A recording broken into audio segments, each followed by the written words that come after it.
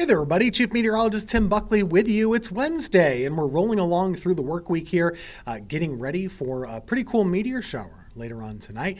Stick around. We'll have some more expert analysis on this, chatting with somebody from the planetarium over at UNC in just a couple of minutes. But in the meantime, we'll get you up to speed on all the latest on your local weather that you need to know as we go through the next couple of days. And today was a little bit of a treat compared to where we've been in certain respects. Let's show you what it's looking like outside right now. I don't like those clouds. If we could keep those clouds away, that would be good. Ooh, let's keep the bugs away as well. Goodness gracious. They love those cameras. For some reason or another, they love the cameras. I don't know why. But here's what it's looking like outside your window. Temperatures are in the mid and upper 80s right now. Just depends on where you are, but it's hot.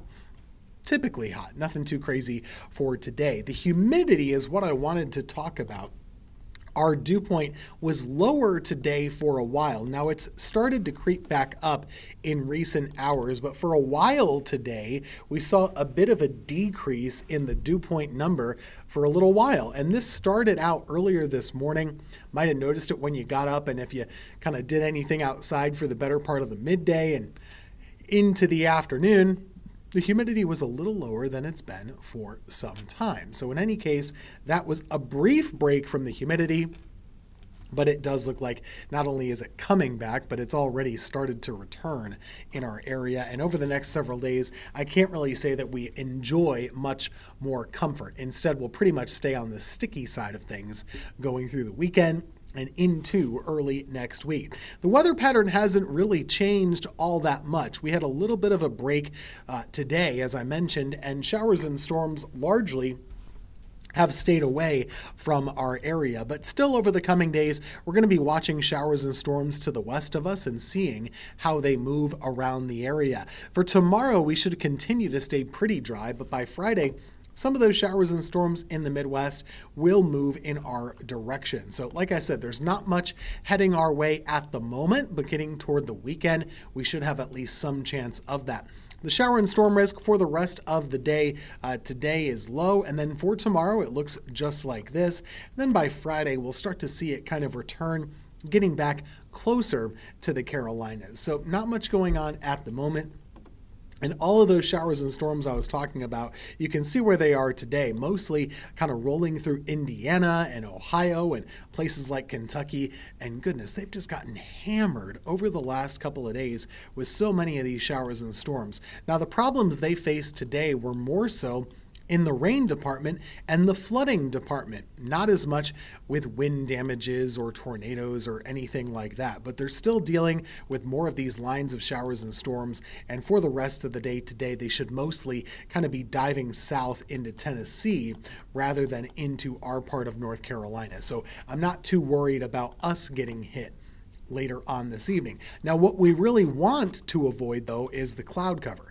If we want to have a good chance at seeing some of these meteors later on tonight, we want to keep the clouds away. So are we able to do that? Let's take a look at Futurecast.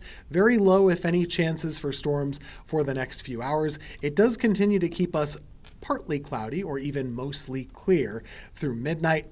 Some clouds can't be ruled out from time to time, so you might need to be a little patient and seek out those gaps in the cloud cover as best you can. A little bit about the meteor shower tonight. It's called the Perseid meteor shower. It's a good one.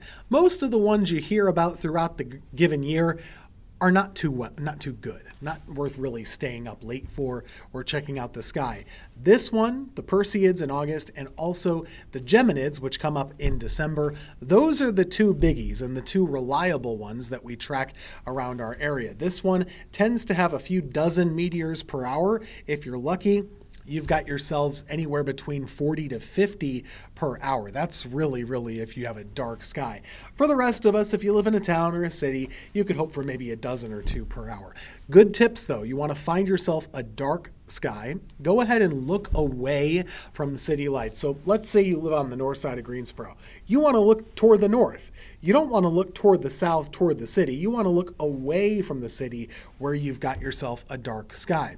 Also, this is something we tend to forget. Don't just go out, look up, and look back, go back in. Give your eyes about 5 to 10 minutes to adjust to the darkness.